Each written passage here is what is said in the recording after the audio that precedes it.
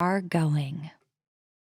The history of this agency is marked with broken barriers, once viewed as impossible, with science fiction turned reality, with innovations that have spun industries all their own, and with demonstrations of peace for all humankind.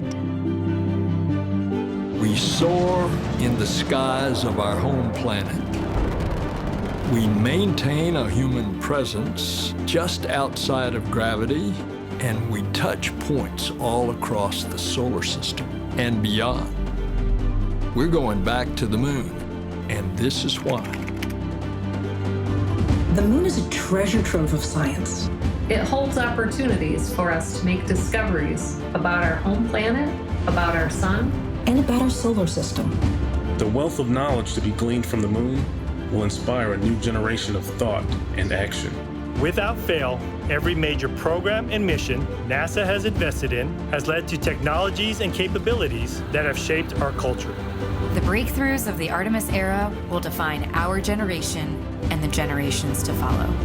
The tens of thousands of jobs associated with propelling us to the moon today are just the beginning of a lunar economy that will see hundreds of thousands of new jobs develop around the world. This is not an ambition of one entity or one country. The exploration of the moon is a shared effort, woven together by a desire for the greater good. Why the moon?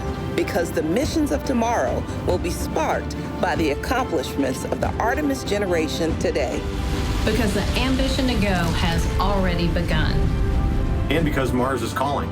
We need to learn what it takes to establish a community on another cosmic shore. So let's camp close before pushing out. And so, we go to the moon now, not as a series of isolated missions, but to build a community on and around the moon capable of proving how to live on other worlds.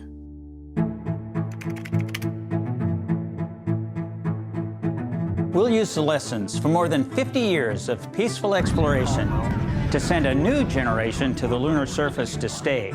We will anchor our efforts on the lunar South Pole to establish the Artemis Base Camp, positioning us for long-term science and exploration of the lunar surface. We will prove what it takes to assemble a complex ship in deep space. We will perfect descending down to and returning from a distant surface. We will learn how humans can survive and thrive in a partial gravity environment. With improved spacesuit designs, mobile habitats, and with reconnaissance robots pre-positioning and relocating supplies.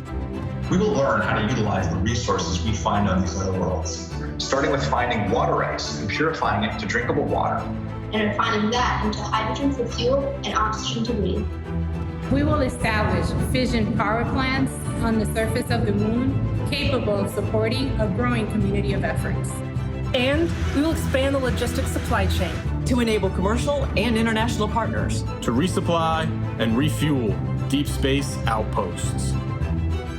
None of this is simple or easy, but nothing in our history ever has been. The Eagle has landed.